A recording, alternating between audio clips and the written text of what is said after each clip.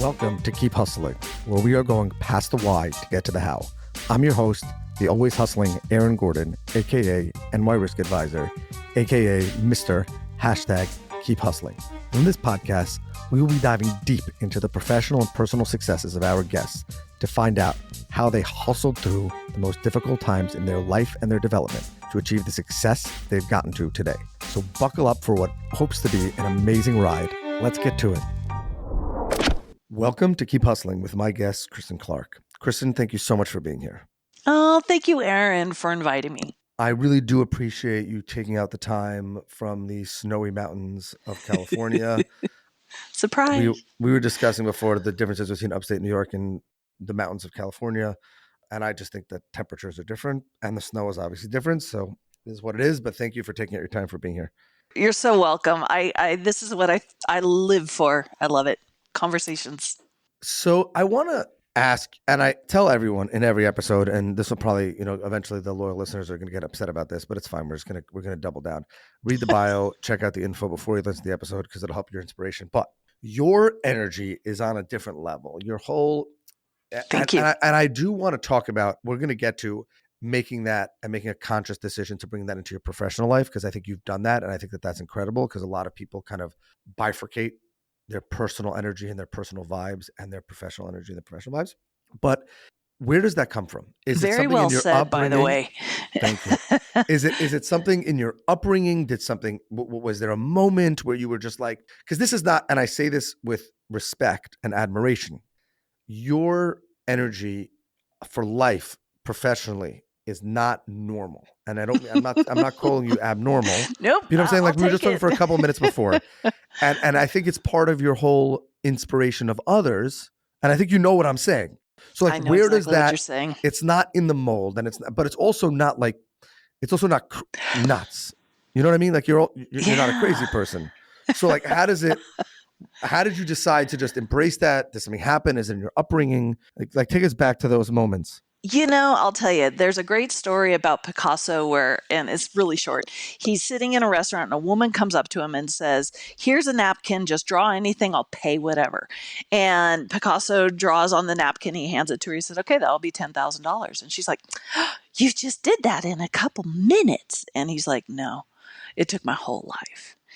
And so I am me. That I'm just me. I wish I could say, when I turned, when COVID happened in 2020, I had a dramatic, I wish I could say that. I wish I could say when I had my 3 near-death experiences, that's when I had the white light and it was never any specific thing. It was just this constant being me and standing by me. And I think that's, we were saying we were going to talk later about it, but the reason I said that was so well said about, some people definitely tamp down their passion, whatever their passion is for naps, whatever. They hide it, they tamp it down, they feel they're being judged. And the only person who can judge you is you. And so I think the biggest thing, Aaron, is that it's such a blast in here. It's so flippin' much fun. I can't help but bring it out.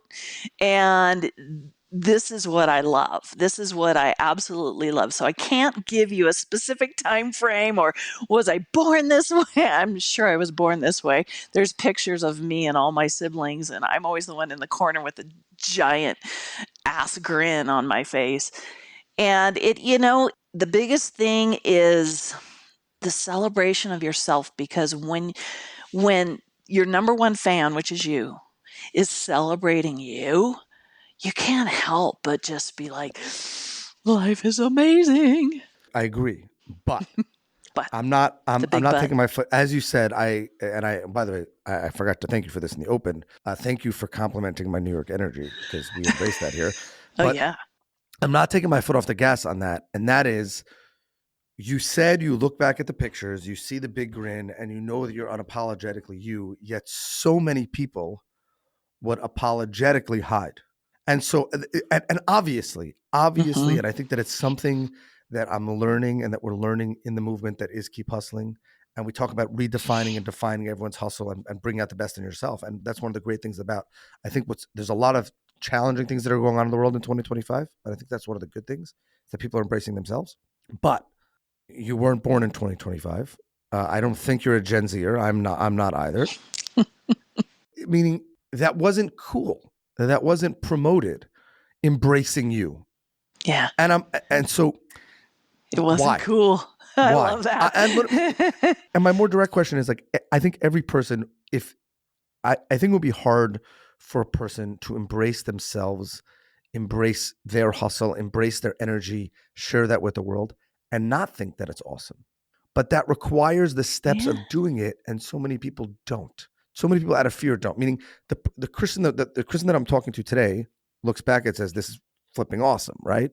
So let me take you a little bit down my mindset. So it's like, if you were to be able to go back in time and sit with Albert Einstein, a lot of these things you're saying, he's not there. He's not thinking this way. He's not interacting with that. Many of the things I do not interact with is, all these people are doing this. My answer is, where are all these people?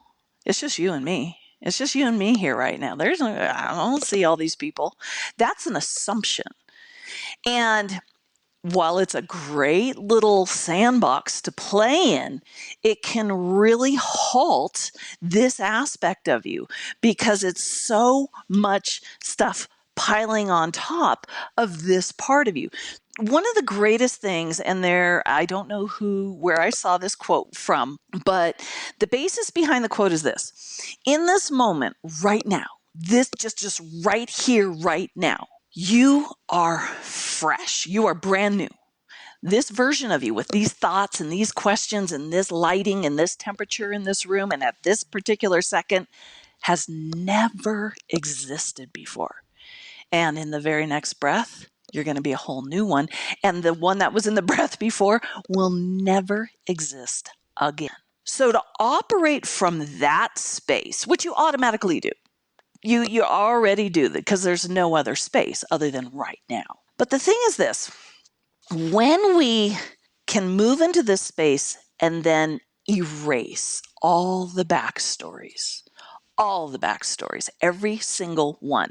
I am the youngest of 6. I am a grandma. I am this and that. Just remove them all just for a second. And who are you going forward from that space? It's kind of like as if you got amnesia and you had no idea who you are. In this now moment, you can be anything. You get to be anything.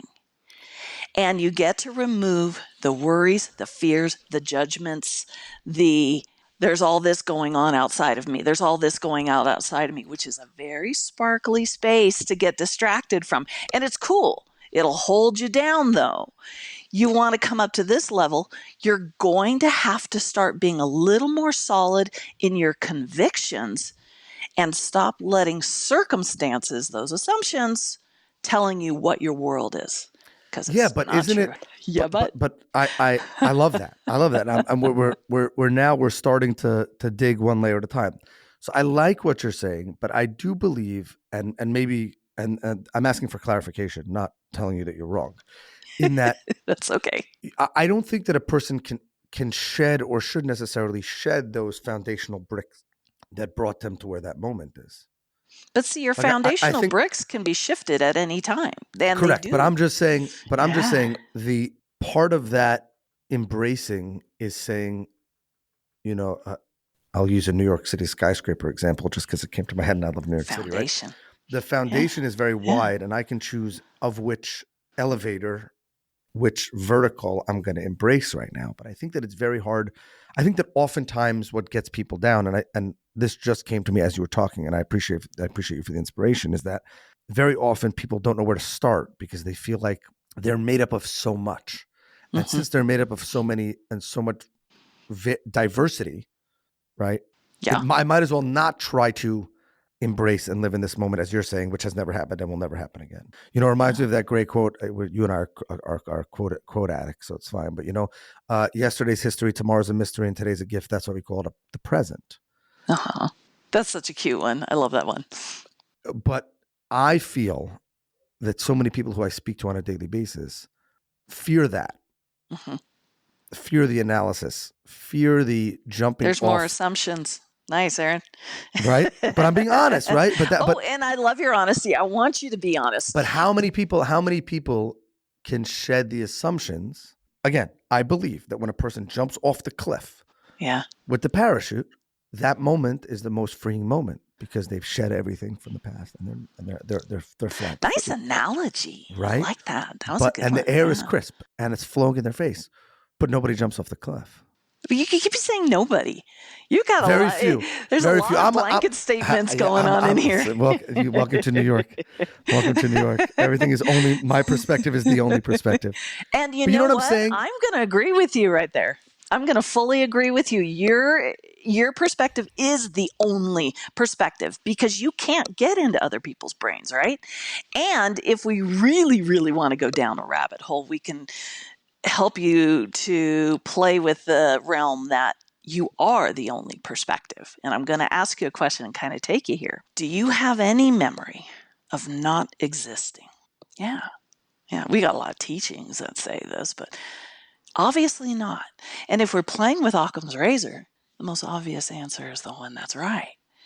So in this moment, if you have never not existed, then there's a whole world that you get to kind of bypass and focus on that you are the only thing in your reality that is solid, consistent, and always there and needs nothing for your existence to continue. You don't need time. You don't need permission. You don't need anything. In fact, I dare you to try to imagine non-existence. It's the only thing you can't imagine. Everything in your reality, all these thoughts, all these beliefs, all these state of beings, the state of minds, all of this comes in and plays with you, but eventually it goes. Sometimes it goes because you're like squirrel. Sometimes it could be a wife coming in and then she goes because she's going to work, whatever. But the one thing in your life that never, ever, ever, ever goes and cannot is staring you right back in the mirror. It's you. You cannot escape your existence ever. And it is such an enormous space of holy shit. Sorry, I cuss. You New Yorkers should be okay with that. You don't scare me. I grew up on the New York City subways. You don't scare me. It's such a New York boy through and through. But it's a whole new world. And you were talking earlier about how people can be afraid of this, afraid of that. How afraid are we of seeing the fact that we are the only thing in our reality that does not stop, that the existence has never, ever stopped? There's a lot there to unpack. But I want to ask you, because while I'm unpacking that, or as we're unpacking that, or as we re-listen to this and unpack that, what is the one tool that everybody should be doing, thinking about, the one question that people should be answering to get away from those assumptions, stereotypes, things like that, and I just gave it to you, and finding themselves. But seriously, is that 90 seconds a day when you wake up in the morning of thinking of it? Is it before you go to sleep? Is it because a lot of times people get lost in esoteric ideas. I'm being honest. You know, we're in the world. We're in the microwave generation of air fryers, way to look at it. air fryers, microwaves, and multiple exponential growth and diagnoses of ADHD and ADD. So, give me the tool. Like, how can I improve my perspective in creating? Or, you know what? Let's do it this way. I told you that I wanted to bring up something incredible that you said. Yes. It's in your bio. Let's do it. Manifestation isn't something you do. It's something you are. It's something you So are. now, I want to correct myself. A minute ago, I said, give me something to do to manifest away from it. You have said it's not something you do, it's something you are. So how does a person get from do to are? How's that for a question? You just did it. Once again, saying how do we get from do to are is yet insisting on that give me something to do. And so what happens is we get stuck in a reality of do, how. I don't understand. And this reality, you're not doing anything wrong. It's just, it's like when you're on a trip and you drive through a town and you stop and you're looking and you're like, oh, do I want to stay here? No, let's keep going on our drive. You go through so many states a day. I don't know if you have kids or a wife or anything. 5 of them, a wife and 5 kids. They're right amazing. on.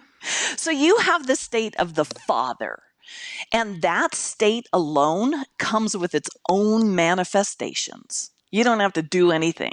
And the manifestations are children, their names, their personalities. You're manifesting all sorts of memories of when they were born, issues you had yesterday, last week, birthdays, blah, blah, blah, blah. You're manifesting everything to go with the state of dad. What did you do to be the state of dad? Nothing. It was a natural part of you just walked through.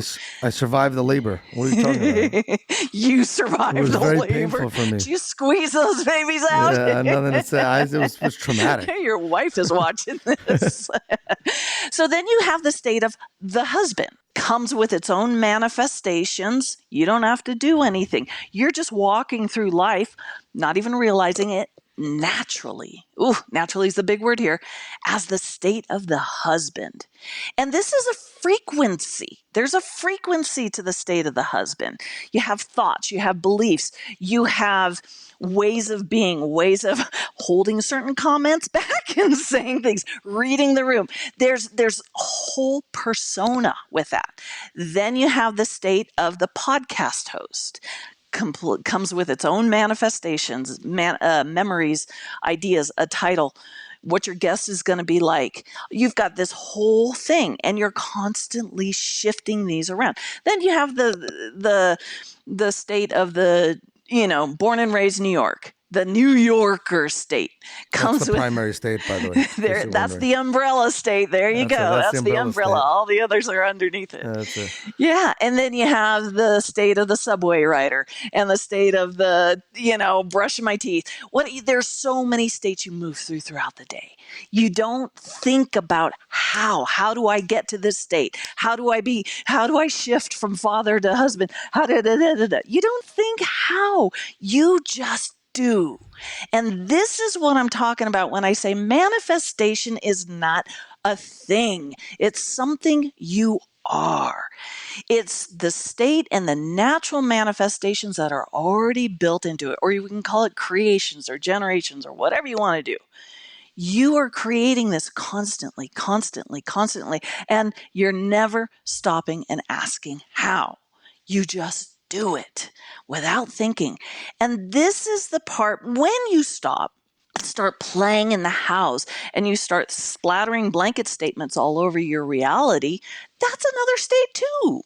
I'm not sure what the name of it is, but that is another state. And it comes with the manifestations of all this stuff that feels so flippin' real.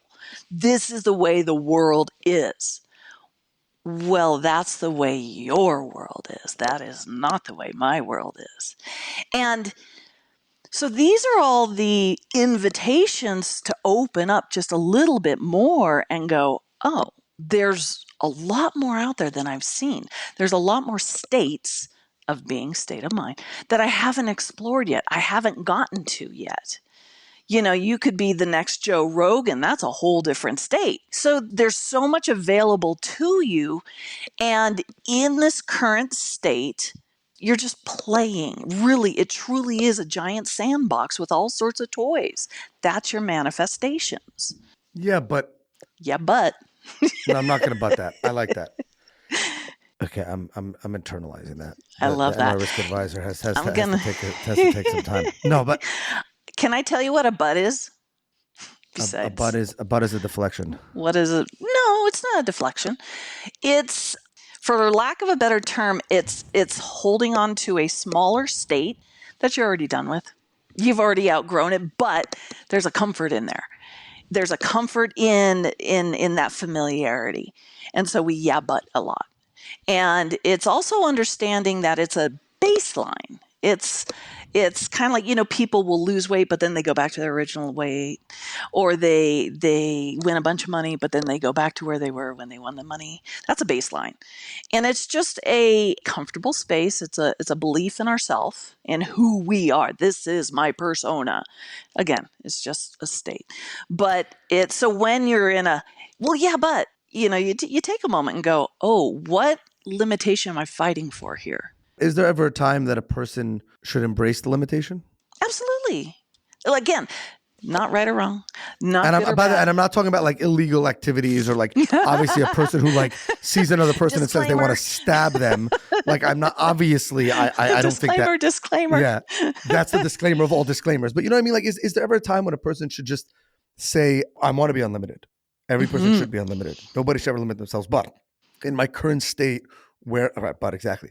Let me try that again. Is there ever a time when a person should say, I want to be unlimited, I am unlimited. However, in this current deadline I have at work, in this current crisis I'm dealing with God forbid, a sick child or a sick relative or whatever, I have to just limit myself and not manifest out, but limit in so that I can complete this. And that's not taking away from the person's inner ultimate goal of expansion.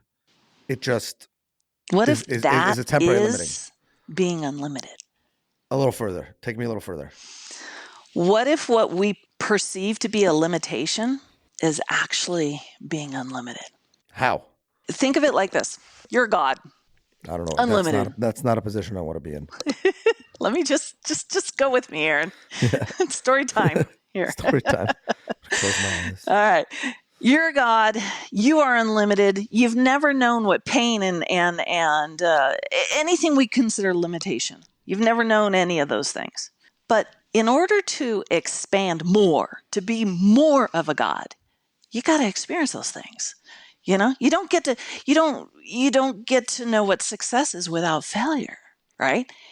And so if you're this all-powerful being, omniscient, all-knowing, what would it be like to be unknowing? I don't know. I don't know what this is. I don't know how to do this. So I get people that's like, well, why this, why that? Because you can. Because you mother flipping can. And there's the God hiding in plain view, plain sight. What we're calling a limitation is actually just you expanding enormously, hugely, because you don't stop. You still keep going. The most catastrophic, oh my God, horrible, horrible, horrible thing to ever happen. This too shall pass. It always does. And who remains? You. I always say this, it can't make you less of a God. You're never less of a God. You remain. No matter what catastrophic, oh my God, COVID, oh my God, this, that, Trump, whatever, you remain. This will be over soon, and you will continue on. Until it's over. If you believe it's over. Like I said, you ever not existed? Nope. And so there's this whole opening of what we thought was a ceiling. And then you realize, oh, there's no ceiling there. There was just what I was creating. And now I see that there's nothing there. And now this whole world opens up to you, this whole new, you're like, how do you be like this? I'm just like this because I constantly question. I take somebody's limitation and I ask, how can we go bigger? How can I go bigger? How can I blow this out of the water? There's a thing called original thought. Original thought is a belief or an idea, an epiphany, a thought that comes in that has no catalyst from anything. So people who created a cell phone and airplanes and rockets. Are those the best thoughts? Are those the best thoughts? Those are far. No, I told you it was fun being in here. That's because the original thoughts that nobody stimulated this. Nothing outside of me is saying this is the way it is. This is me going, ooh, Where'd that come from? Holy cow, let's explore there. And here I go down another rabbit hole that is just mind-blowing.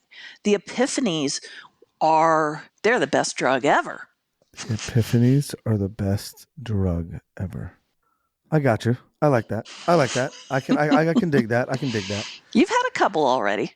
I like that. No, I like that. I think I think that very often people run from the epiphanies because they're scared of where it may lead, because there's who are these people you keep talking about? They're the butt people. They're the butt people. There's a book. There's a book. The butt people. The butt people. That was such a good answer. I'm gonna, that was good. I think that people should listen to this again. Mm-hmm. I've never said this before. I think that this is an episode, and maybe we'll have to do another one, on just there is so much danger and limitation, yet that seems to be the most comfortable place for so many people. Limiting beliefs are so dangerous. But you get to the other side. No, but what I'm saying is I think that so many people believe that that's the most comfortable state because they've never been in the state of being limitless. For so many people, the status quo of limiting beliefs seems to be the most comfortable state. Whereas that is what Keep Hustling is about. Keep Hustling is about not limiting. It's about defining yourself, what you stand for, and chasing it. So I appreciate you for being here and expanding that and expanding my view and helping us all, moving the butts, bringing in the howevers, and embracing the energy. But the butt people. We proud member of the butt people. That's it. As you know, we end every episode by asking our guests to leave us with their favorite inspirational or motivational quote, what it means to them in their hustle. And with that, I will say thank you again, Kristen Clark, for being here. Thank you for the inspiration. Everyone should check you out, check your books out, check your events out, because I think they will be inspired by it. And if nothing else, they'll learn more about themselves, which I think is what we're all ultimately searching for. So with that, I will turn the floor over to you and take us home on the inspirational hustle. In life and in business, you are the frequency everything is responding to, even if you're a butt person. I love that. This has been another episode of Keep Hustling. Remember, do well by doing good. Kristen Clark, thank you for being here. Thank you for braving the very difficult California mountain, almost spring weather. And remember, do well by doing good. And of course, and always keep hustling. All right, hustlers, that brings us to the end of another fantastic episode. Thank you for listening. The listeners are the most important part of this show. If you like what you heard, please leave us a review wherever you listen to your favorite podcasts. Your feedback means the world to us and helps us reach more listeners. Plus, be sure to subscribe to our podcast so you never miss an episode. We have some amazing guests and topics lined up for you, and we don't want you to miss out. And finally, if you have any suggestions, comments, or even just want to say hello, please feel free to reach out to us on all social media platforms. We are Keep Hustling Pod on Instagram, X, Facebook, and LinkedIn. We would love to hear from you to continue the conversation. Thanks again for tuning in and supporting our podcast. We truly appreciate each and every one of you. Until next time, stay curious, stay hungry, and keep hustling.